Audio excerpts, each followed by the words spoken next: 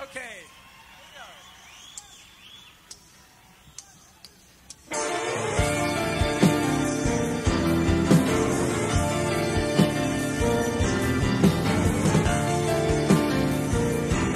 I see your teeth flash to make the pound so sweet.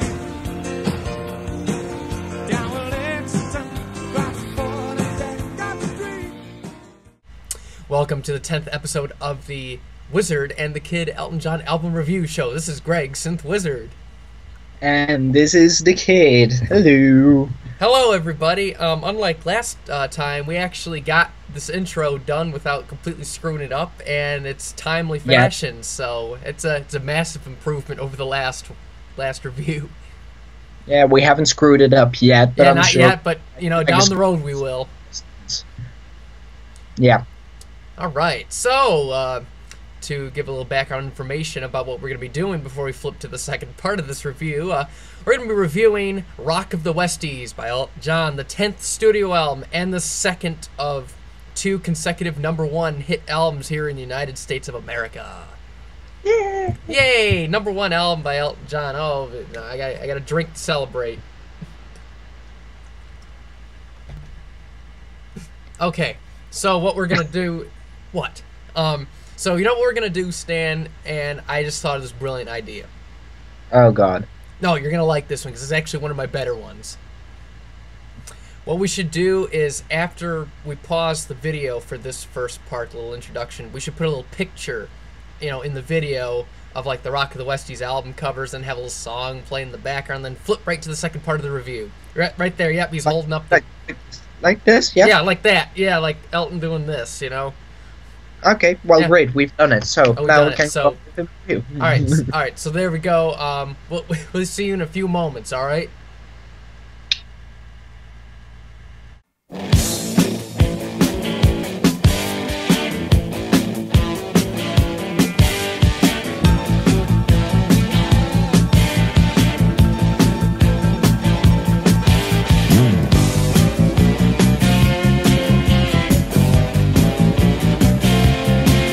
Then I looked to my watch and it's 4:45. The headline screamed and I was still alive. Welcome back to the second part of the Wizard and the Kid Elton John album review show for Rock of the Westies from 1975, and more specifically released in October 24th of 1975 with Gus Dudgeon producing as usual because he's freaking amazing. Yeah, facial expression tells the story. Okay, so what we're going to do is, before we get into what we think of the album and, the track listing, a little bit of a brief history for all, like, the new Elton John fans out there, or, the older ones that just want to hear history, regurgitate itself again on a review. This is the first album with Elton John's new band. He terminated Dee and Nigel. In retrospect, I'm not exactly happy, but whatever. He wanted a heavier sound, a more rockin' back and beat. So he got Roger Pope as the drummer. He added James Newton Howard, yay, keyboard player. He's fantastic. I really like him. He's probably my favorite member of the new band. And he also added what's his name? Kenny Passarelli, I think is how you pronounce it, as the new bass player. And Ray Cooper's on this album. Yes, keep reading all the information. Ray Cooper's on the album. And thankfully, Davey Johnson is still playing guitar. Otherwise, I would have thrown a fit, busted nut, and leave my house and never return again if I found out he replaced Davey Johnson for the album, because that would have been stupid. But he also added... Like it for the diving board. Yes, because that was unbelievably stupid.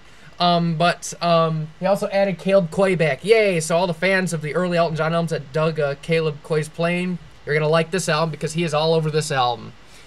And, really, it's a very different sound in comparison to other Elton John albums. The sound on here is, I don't know how to put it really into words, but it's more a little bit of a harder edge to it. The backbeat is heavier, a little bit more funk and groove, I should say. More guitar. More guitar. And the backing harmonies are a lot more soul influenced. Maybe because LaBelle does backing vocals on songs. So it's like, it's a whole different new sound, and you know, some people love it, some people don't. I don't know what we all think here, but you know, I'll figure out what Stan likes as the review progresses. But there you go. That's the brief history of the band. Also, Elton John debuted the new band on that Wembley '75 show that's all over YouTube. Yep, and play the entire Captain Fantastic album, and we know what happened there. So that's kind of the brief history of like the band and stuff. So Stan, do you want to talk about the album first? Since I'll let you go first. I think I'll just start with the first track. No, wait, I gotta say what I think first before we go to the track listen. Do you want to say what you think about the album? Before? No, we just go to the first track. But okay, fine. You know what? Since you did it last time, I'll follow suit with you, and I won't reveal what I think of the album early on. We'll just go right into the track listing. All right? Yeah, that might be a smart idea. Yeah, it's a smart idea. Let's build some suspense here to see if the viewers, you know, what the viewers think. So here we go. Track 1, you start. Go ahead. Right. So track 1 is titled Madly, and it's actually surprise, medley of 3 different tracks. That's Yell Help, Wednesday Night. I'm sorry, and Ugly. I'm just gonna take the songs as they come. So Yell Help. I think it's an okay song. I'm not really sure about it being the opening song. The first time I heard it, it was a bit strange for me, maybe because the sound was so different. But honestly, as far as it goes, I've had the album for a couple of months now and listened to it a couple of times, but I still think it's a bit of an odd opener for Elton, and for me, it's like the end of the amazing openers for every album. It's a good opener. The entire medley is a good opener, but it's not a great opener like he had on every previous album. So I'll probably give Yell Help, let's say 3.5 out of 5. Wednesday Night. This is the part I really like, and I don't know why, because it sounds really strange. But somehow it's good. It's good strange, not strange like Solar Prestige, which is just freaking strange. But it's a good sort of strange, and I like it, and I'll give it 4 out of 5. And Ugly is also okay. I don't really mind them. I don't think they're amazing songs like we had on the last album, mostly, but they're okay. They're nice to listen to. So I'll give it a 3.5 out of 5, which would bring the total somewhere between the 3.5 out of 5, 4 out of 5 for Madly, the opening track. So there you go. Your turn. My turn. Well, I'll first start by saying that this is a very different opener than all the other Elton John albums. Like I said, it's a medley of 3 pieces. I'll have to agree with you that this, you know, if we were to look at all the other Elton John albums before this and look at the opening tracks and compare it to this one, I'd say that this is probably one of the weaker ones, probably the weakest opener up to this point. Because for the most part, all the Elton John albums before this had an opener that had a really good song on it that was like 4.5, 5.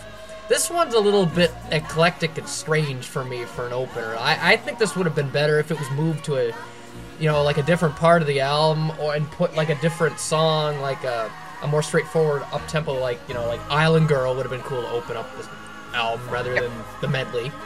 But you know, it is what it is. I don't love the medley or any of the songs. I don't hate it. I'll listen to it. Pleasant listen. Very unique, especially the later parts where you have LaBelle's backing vocals on it. And of the songs that they kind of reprise Yell Help during Ugly. Yeah, it kind of reminds me of that Empty Sky track where they put the medley on there. But it's Oh, and it has the fake ending where it ends and then after a few seconds it starts up again. That's a touch. I would, as a whole, like on an average, I would give the whole first track, the medley, Yell Help, Wednesday Night Ugly, I'd give it about a 3.5 out of 5. It's not my favorite opener. It's pretty good. It's okay. I'll listen to it or all, but it's not something that I would go and say, oh, this starts off the album amazing. I think this would have worked a lot better if it was in the middle of the album. Or maybe at the end of the album would have been made more sense, but definitely not the best opening track. Well, I'll say something about ending the album with this track. I've actually, building up to this review, I've thought about it. And I thought maybe it would have made more sense if they opened the album with it, but then kind of put the reprise of it at the end of the album. That would kind of have given the album more of a rounded off, because honestly, this album sometimes feels a bit disjointed to me.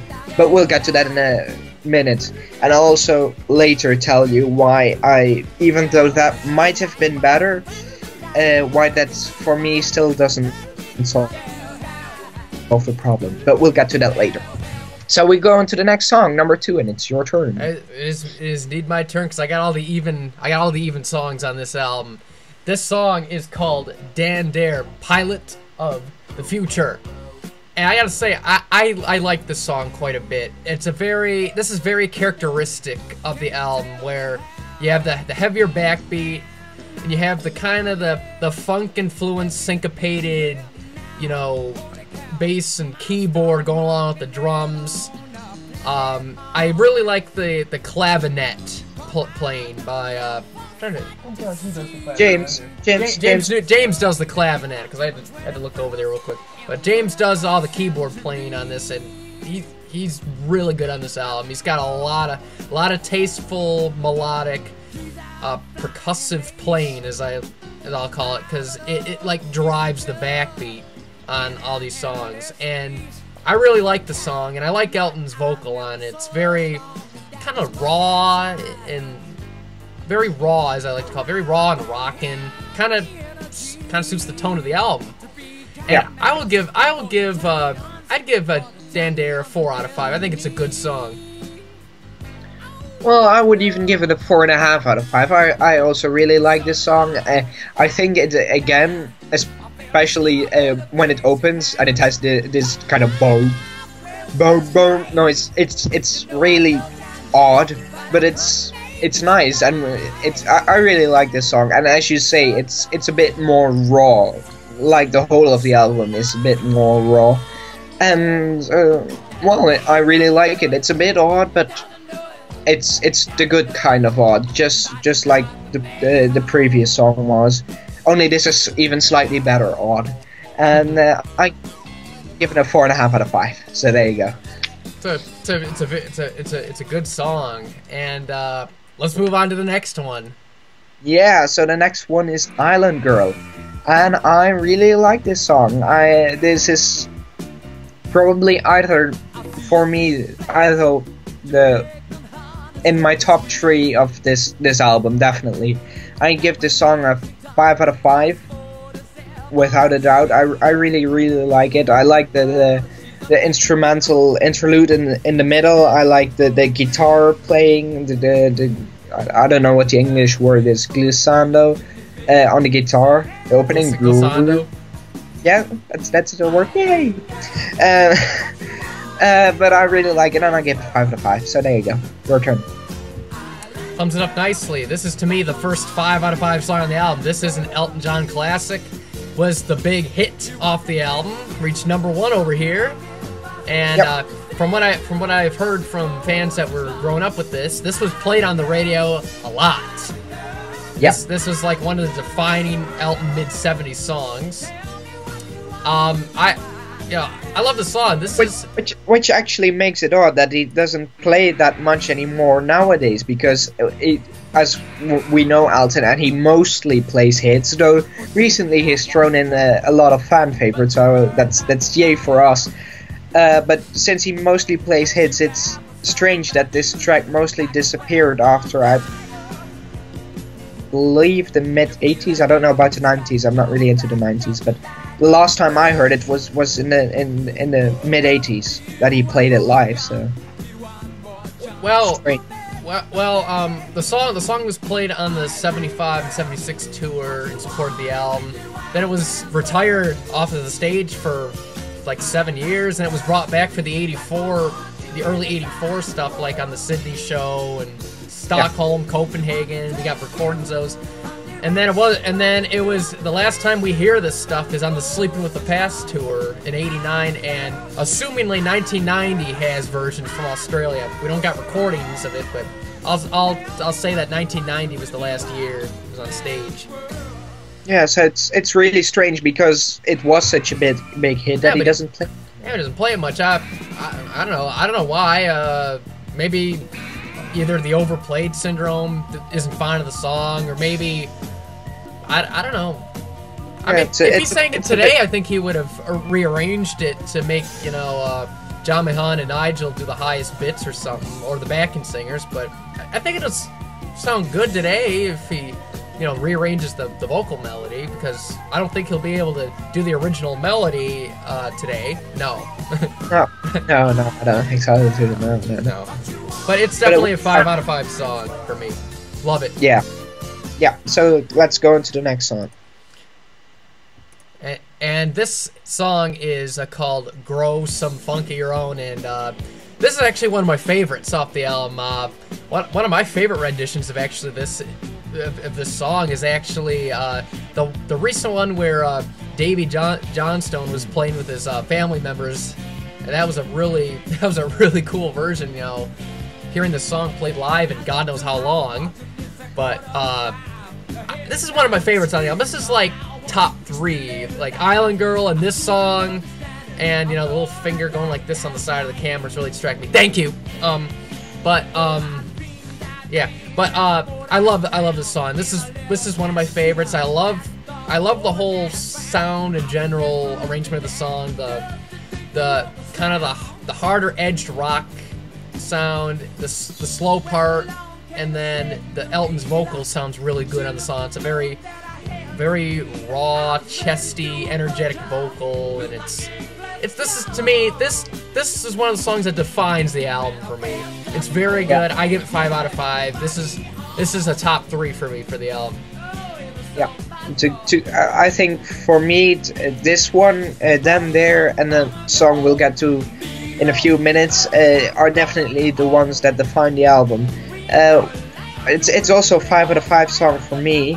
One thing you didn't mention though, which I really like, is that Elton kind of makes a comment on the lyrics before, when he goes from the chorus, either from the chorus into the verses or the other way around.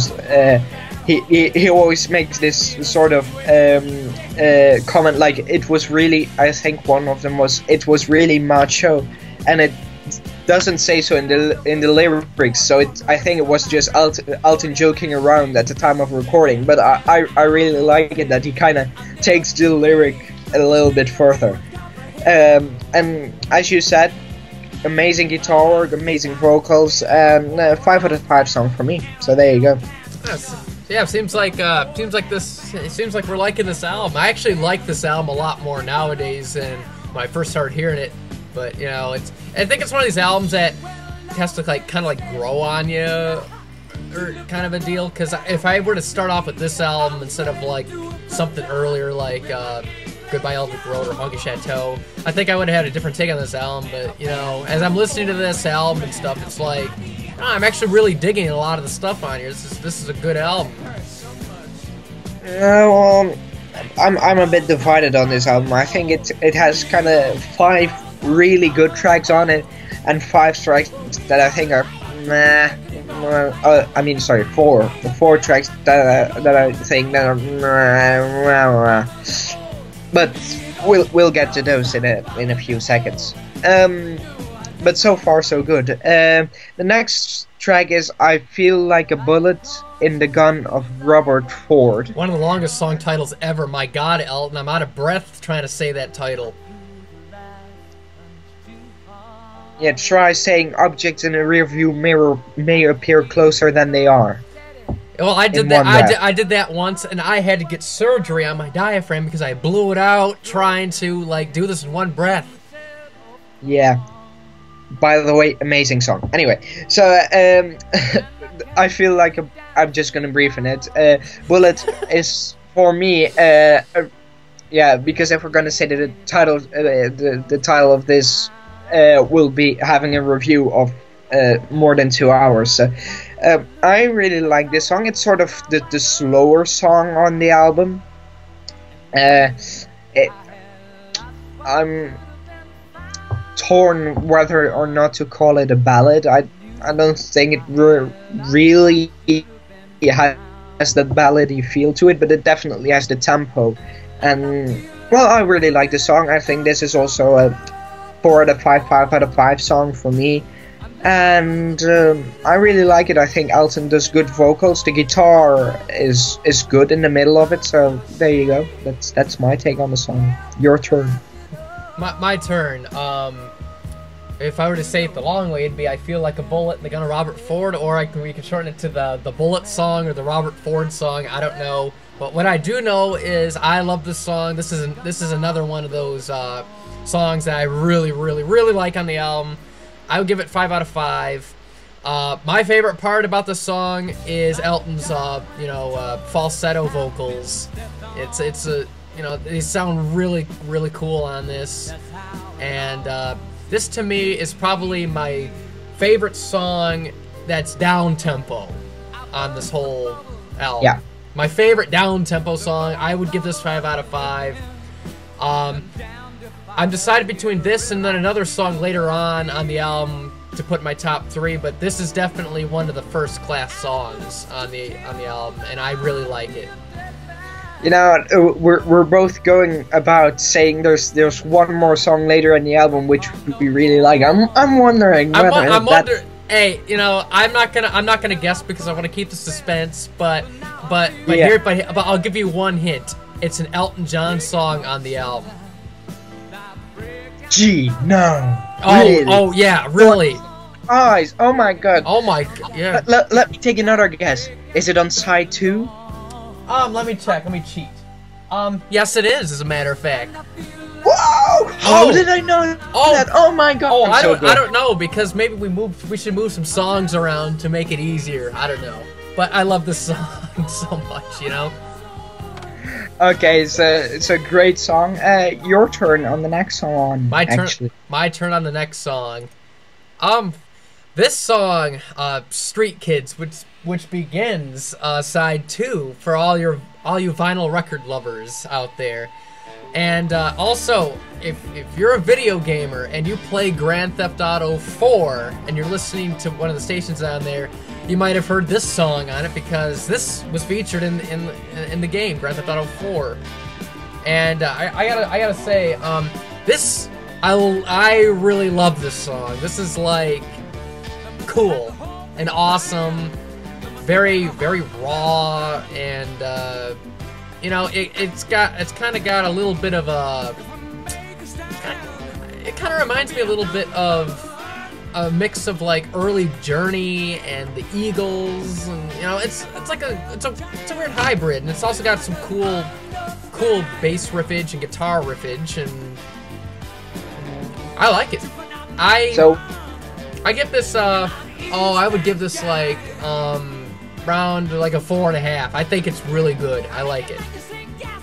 So was this the other song you were talking about just a minute ago? It could be. I don't know. I'll review it at the end. Okay, interesting. Street Kids. Quite honestly, I don't quite know what to think of this song. And I'm saying that because I've listened to the album a couple of times in the past 2 weeks to prepare for this review, and somehow this song doesn't stick to me. And all the other album reviews we've been doing, every song we did, I always had kind of like the melody in my head and was able to figure out how it goes. But this song, always after the album, I'm always going like, oh yeah, Street Kids wasn't there. How did that go? I somehow it fails to stick, and that's really strange. So today I actually made some notes on it. You made notes? Yeah, I made actually notes. I actually made notes because this song somehow just doesn't stick with me. So here we go. I'm just literally stating what I wrote down. The song is okay, guitar okay, riffage really nice, bass line great, Elton's vocals okay too. Overall 3.5 out of 5. That's what I wrote down. I cannot believe you wrote down notes just for a single song. Quite honestly, I could not believe it too. But the song just doesn't stick with me. It's just every time I listen to this song, and I stop the album, and I'm going like, right, now I've got it. And then once I get to the end of the album, I'm going like, and now it's gone. It just, for some reason, it just doesn't stick. I can't help it. I'm sorry. So anyway, I don't know what the fuck to say. All I will say is, if you play Grand Theft Auto 4, I want you to listen to that song. Which I don't. Well, find someone that has it, play it, and I want you to drive all over the city, bash into cars, and play that song while you're doing all this, because it is a really cool song, and it fits the mood of Grand Theft Auto 4 very nicely. Yeah, I can imagine it. Yeah. Anyway, so the next song is called Hard Luck Story. I think it's okay. I think it's a bit of apparently it's a bit of a step down from Street Kids, because this song I'd probably give it 3 out of 5, something like that. It's okay to listen to, and it passes by really nicely, and I don't really mind it, but it's nothing really special for me. It's okay, and I'll listen to it pleasantly. So 3 out of 5. There you go. Not much else to say. Not much else to say. Hard Luck Story. This one is it's okay, but I would rate actually all of the songs before this higher than this one. I think this is it's alright, but it's not something mind-blowing. It's like, you know, it's one of those filler songs that were just put there. Something else, I think something that really works against it is its length. It goes on for way too long. Yeah, it's we're talking like over 5 minutes here. 5 minutes. Yeah, and it's really like, when it starts it's okay, but in the end it just drags. It's just like, yeah, I've heard it now. Can we go on to the next? Can we move on to the next? You know, like that. But I mean, this has some merit. I mean, it's got some cool harmonies, and I like the piano playing, because Elton, like, you know, like really lights up those keys and stuff. So I like the music and I like the playing and stuff. But you know, it's got good elements and stuff I like on it, but it's not the best complete song. It goes on a little too long. I would give this a 3 out of 5. It's okay, but it could have been much better. Yeah. So the next song's your turn. I have Feed Me, and I need you to I'm speaking of Feed Me, I need to feed myself. Hold on. Now we have to wait and wait. Hurry up, Greg. Come on, you can do faster than that. Is that fast enough, buddy? No, not quite. You could have been faster. My fucking watch is broken. Okay, moving on to the next song. Feed Me. Completely random, but okay, never mind. Hey, you know, we're about randomness and fun in these reviews. Feed Me. Another departure from most of the other songs on this album. This is another one of those slightly down tempo, a little more mellow than most of the other songs. I detect a hint of R&B and soul in this, especially with that electric piano playing, and I really like the guitar playing on here. I don't think this is the best song on the album, but I think it's a massive improvement over the previous song, Hard Luck Story. I think this is I think it's a good song. I would give this about a 3.5 to around a 4. I'm kind of torn between, so I'll do 3.75 out of 5. I think it's pretty good. I like the beat.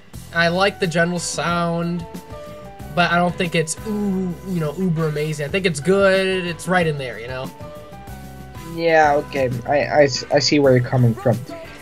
You know, I must say I went into this song a bit prejudiced, because when I saw the title, Feed Me, there was one song that immediately entered my mind, and that was the song Feed Me from Little Shop of Horrors. I don't know if you ever saw the musical or heard the music, but anyway, that's really amazing song. Bit of a shout out, there you go.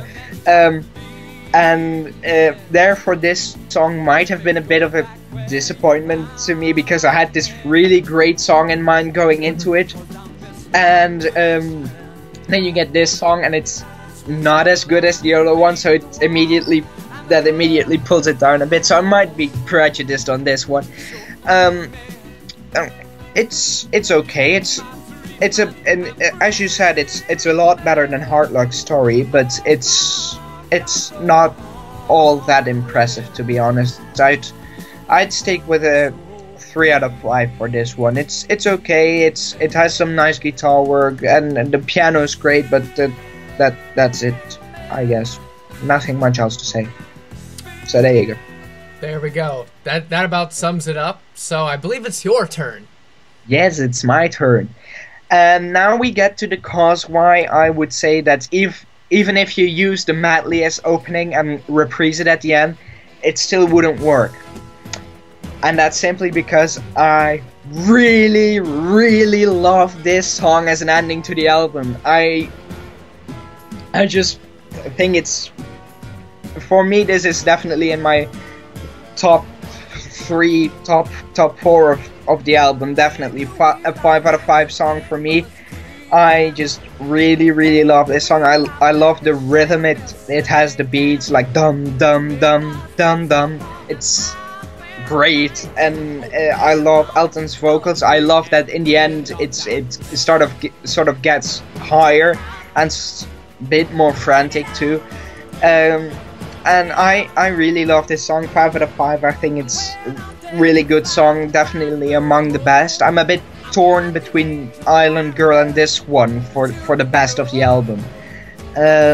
So there you go. That's my take on Billy Bones and the White Bird, because I actually haven't said the title yet. So there you go. Nice save. This is yeah. So yeah, I'll erase that blooper. There we go. He recovered nicely. All right. So this is, to me, this is the best song on side 2. This is the song that, you know, this is the top 3.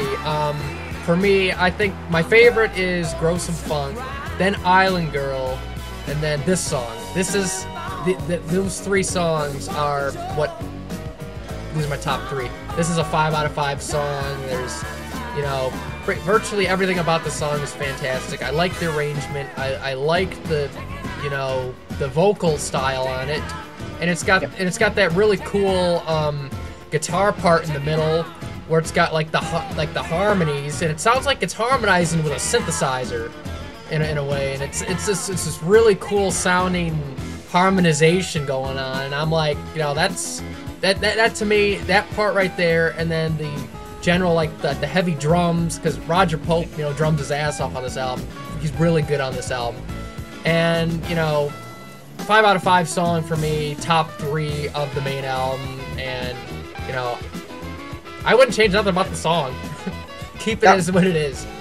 Yeah, and it definitely works great as an ending to the album. I think it definitely ends the album on a high note. Definitely so. So that's yeah, that is, so yeah, there's only 9 songs on the original album, so it's Yep. So it's actually one of the shorter Elton albums of this era. Actually, Yep. no, wait, I lied because it's 44 minutes. What I meant was like in terms of tracks, because there's 9 tracks. There's usually more. Yep. But True. but now we're gonna move on to the 3 bonus tracks. There was 2 reissues. The 1995 reissue had only 1 bonus track on it. It was "Don't Go Breaking My Heart," and then the 1996 reissue of that had "Planes," which was an outtake during the sessions for this album in the summer of '75. And it had the B-side to Island Girl, "Sugar on the Floor." So what we're going to do is we're going to do the best of both worlds, and we're going to combine the 2. And we're going to do all 3 of these bonus tracks because that's the way we do things. And Yeah, that's the real that's the way we do it. So what we're going to do is I'm going to start off with "Don't Go Breaking My Heart" because it's even number. This is the classic Elton John Kiki D duet that, is, if you mention Kiki D, I guarantee you this is the first song that will appear. This is probably my favorite Elton John duet song that he's done over the years. Or at least for the 70s one, because I like quite a bit of his 80s duets like "Slow Rivers" and "Act of War" and "Flames of Paradise," but this song is like the Elton duet. It's classic. Number 1. It was a big hit in the summer of '76. 5 out of 5, classic, and this beats the shit out of the RuPaul version from 1993. I mean, it's not no comparison. The original is the best. Yeah. I think I mostly have to agree with you. Though I must say I think it's slightly overplayed nowadays. It's kind of when it comes on, it's a pleasant listen, but you're kind of going like, yeah, by now I've heard it. I've heard it. It's still a classic song. It's still 5 out of 5, though. It's just a bit overplayed. Like as soon as you hear the opening 2 chords, they kind of go like, "There's Don't Go Breaking My Heart" again, and The electric piano. yeah, and especially, of course, since I am kind of a big Elton fan in a country where there are not so many Elton fans, so once you mention Elton John, that's actually, like you said, one of the first songs they will put on is actually "Don't Go Breaking My Heart," so that might be why I'm slightly tired of it at the moment. And it might just be that I shouldn't listen to it for a couple of months and then listen to it once more and go like, "Wow, this song is better than I remember it." Because that's actually what happened. For the people who don't know, I got the Rock of the Westies album only in December last year, so I don't really have it that long. And before that, I kind of lost touch with "Don't Go Breaking My Heart," and when I listened to the album for the first time and it came up, I kind of rediscovered it, and since then I kind of heard it too many times over the past few months. So I think I'm gonna tone it down for a couple of months now. And about the RuPaul version, of course, this is the classic version. This is the version that will always beat the shit out of it. But it's kind of a guilty pleasure for me. I can't help but have slightly go like bounce about on the dance beat it has, and it's cute. It's nothing great, it's nothing spectacular, but it's cute. So there you go. Anyway, this version gets 5 out of 5. There you go. Also, I forgot to do this during the main album review, but I might as well just salvage it right now because I usually like to recommend live versions of songs. No, I'll we're make. not gonna do that. No, not today. No, we're gonna. For "Don't Go Breaking My Heart," a recommendation is the Live Aid version. What? A recommendation for "Don't Go Breaking My Heart" for a live performance is the Live Aid version. Yeah. Okay. That's the best version of the song. Yeah. So I would say the Live Aid version also because it has the horn section. Yay! And also it's got Elton John with his more powerful 80s voice, really belting the hell out of the song, which helps too. Yeah, and it has the horn section. Yes, and it's got that awesome band, So yeah. Charlie But Strowman. but I will say another great version is of course the one night only version. It's also a good version, and it does a good job in keeping the energy of the original performance. And the Audience with Elton John version is also another really good version too. The which version? An Audience with Elton John from 1997. Oh yeah, that one. Yeah. Okay, that's. And I love good. how he still uses his falsetto on those post-surgery versions. So fuck you, falsetto haters. One version you should definitely check out is the warm-up show for One Night Only, where Elton actually does his own vocals and Kiki D's part too. That's a unique version, and it's really great to listen to. So there you go. That's our live versions, and it will be the only ones for this review. And Hammersmith 82s is really fast. That's the end. No, that's just freaking fast. I can't keep up with it. I'm sorry. Two. It's too fast, actually. Don't break Elton my heart. kind of sits down at the piano and goes like, "This is a duet we did a couple of years ago," and then it's and it's like, "Ooh, what happened?" And then you blink your eyes, and then you're going like, "Yeah, that was Don't Go Breaking My Heart," and you're going like, "Huh? What? I missed it." So, Because the tape was too but fast. that's the last thing we'll say about the live versions. So the next song is Planes, if I'm not mistaken. You are right, and that's your song, so you start. No, it's not your song, it's Planes. Keep your head together, Greg. You know what I meant. Oh, if this sounds like your song, I better stop hitting the pipe. Anyway, so we got Planes. It's don't choke. We don't want to rush you to the hospital. I already was. It's an okay song. It's a pleasant listen. For me, it's nothing special. I'm glad I actually have the 1995 version of the album, which has "Don't Go Breaking My Heart," because I think it's a better bonus track. I'd rather have "Don't Go Breaking My Heart" than "Planes and Sugar on the Floor" on the release. It's an okay song. I'd probably give it like 3 out of 5, 3.5 out of 5, and that's really all I have to say. So your turn. Oh, thank you very much. I was recovering from my little episode over there, so thank you for buying me some time. About Planes. Like you said, I don't think this is anything very special or fantastic, but I do think this song is better than Hard Luck Story. Definitely. I would give this about a 3.5 out of 5. I actually would not mind having this on the album and, kicking off Hard Luck Story. Like, if that was on the album and, flip-flop it around, Yeah. I think it would be fun. I think this song is a pleasant listen. I like the mellow, laid-back kind of edge to this.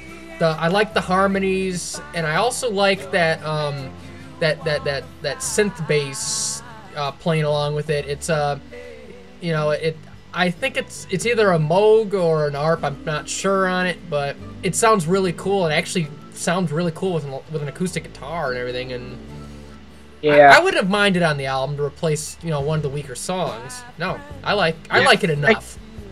I can see where you're coming from, but quite honestly, I think it would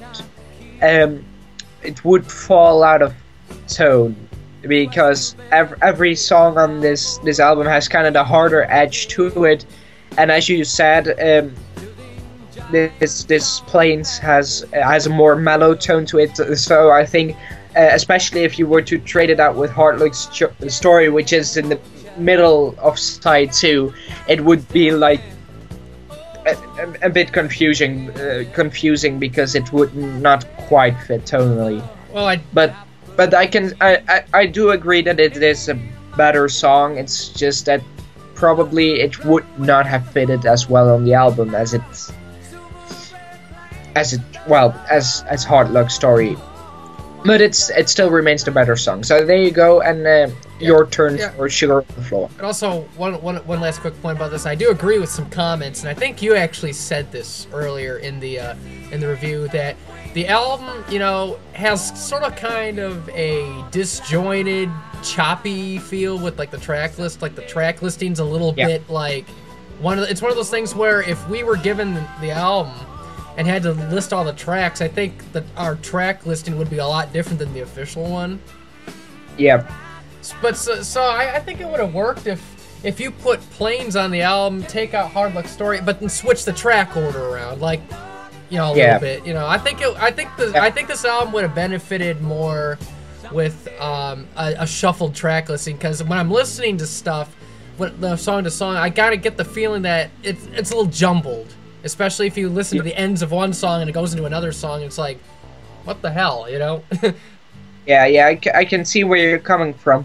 And probably you could, of the songs we're given, you could probably make one really, really great side with Dan There, Island Girl, Funk of Your Own, and Bullet, and Billy Bones, and the rest would be on the other side, and then you'd have one really great side on which probably everybody would celebrate as a really, really great achievement, but the other side would be meh. I'm trying to debate that, whether if I was given a vinyl album to put songs on, if I were to put one side as like the superior side over the other, or mix them up a bit. I'm not saying that we should put it that way. I'm just saying that you could do it that way. I probably wouldn't do that either, because then probably if you turn to the other side, probably will be like torn to pieces by everyone.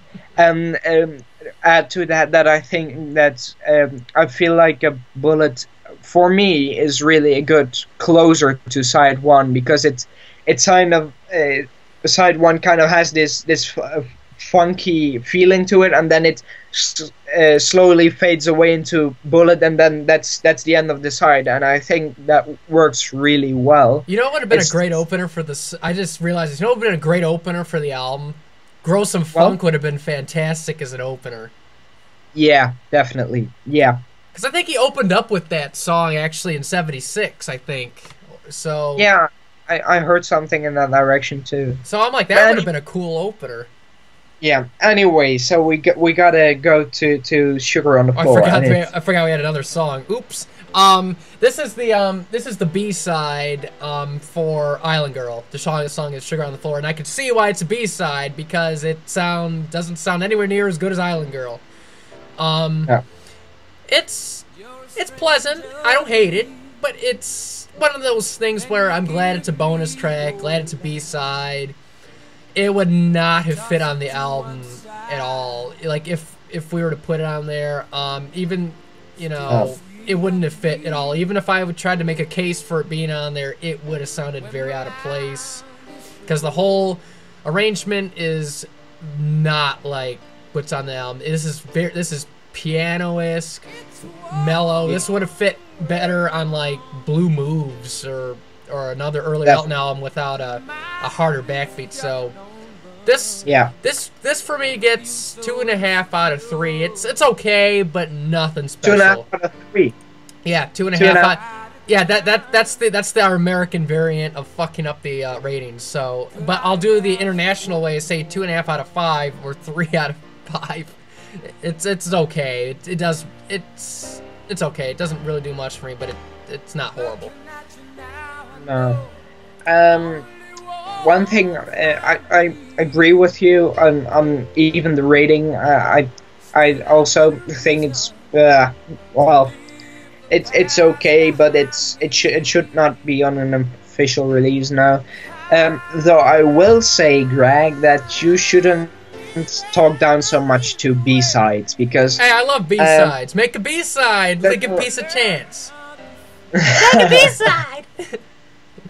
Because there are a couple of, in my opinion, really great B-sides coming up, and I'll give slight hint to what to one of them is '70s, one of them is mid '80s, and they're two really great B-sides, which I still don't know why Elton ever decided to not put them on an album. But oh well, that's Elton for you. I want to give Peace a chance on Red Strikes Back. No, you don't. But it's so No, cool. you Make a B-side! No, you really don't. No, let's not go there. Let's just round off the album. Okay? You start. Excuse. Oh, I wasn't ready. But what I think of this album as a whole, the main album from the medley to Billy Bones is very strong. I do like this album, probably more than some other people. Do I think it's as good as some of the previous stuff? Yes and no. This definitely does not beat Madman Across the Water. Absolutely, no. I mean, no, it does not. I think it beats Empty Sky. I think it pars. Like Tumbleweed at least, and maybe another one, probably Caribou. But this album I do like, and I would still rank this among the classic era because there's a lot of cool songs on it.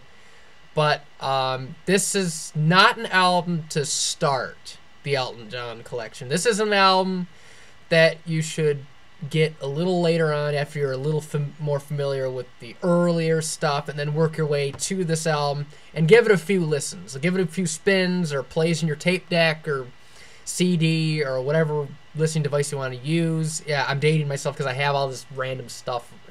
You know, I got a tape play right there. And, yeah, sue me. I like old technology, so fuck y'all.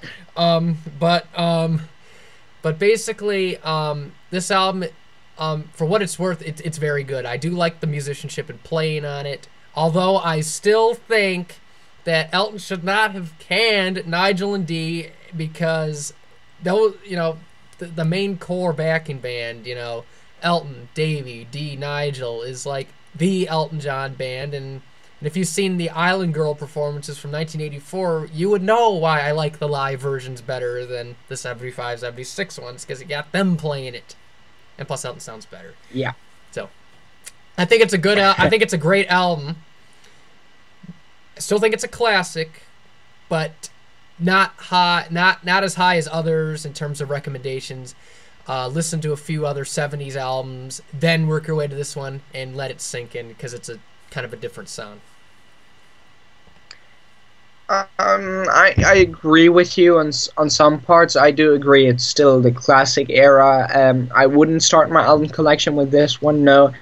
Though overall I'd probably conclude that the album is a bit of a mixed bag. It has the opening is not really that great with Madly, then it takes a big jump for the better with Then There, Island Girl, Grow Some Funk, and Bullet. Then it's sings away, for me at least, it sings away into the floor with 3 tracks that I don't really care for, and then it ends really strongly. So for me it's a bit of a mixed bag. I would not say it's on par with Caribou. I like Caribou a lot better than this one. It does beat Empty Sky.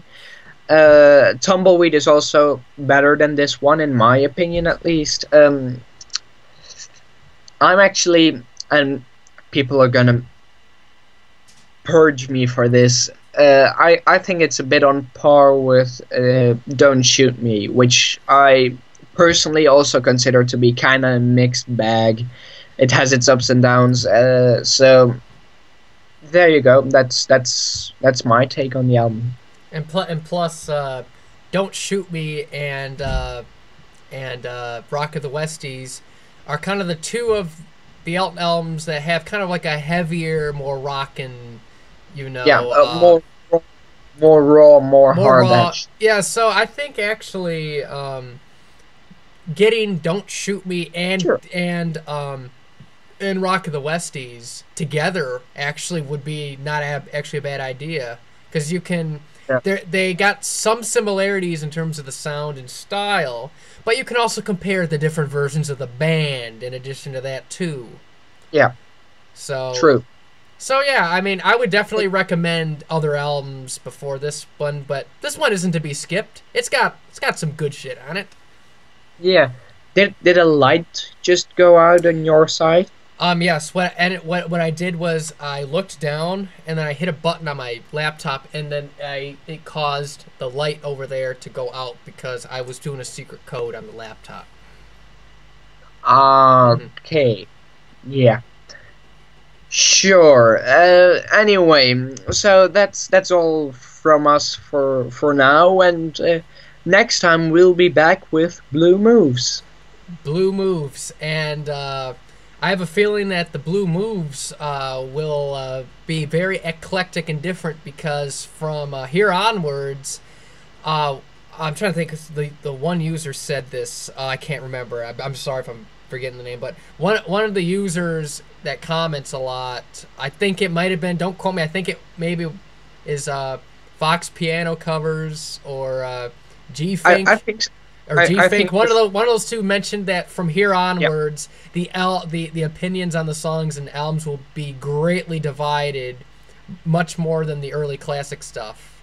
And I'm about 99% sure that that's going to happen, because from here onwards, you're going to get different takes on the albums. I mean, there's certain albums from the '80s I love that other people don't, and then there's some stuff that I'm not too fond of that people rate really high. So I think this is going to be the times where I'm going to be pissing off people by mistake, and I'll apologize in advance for that.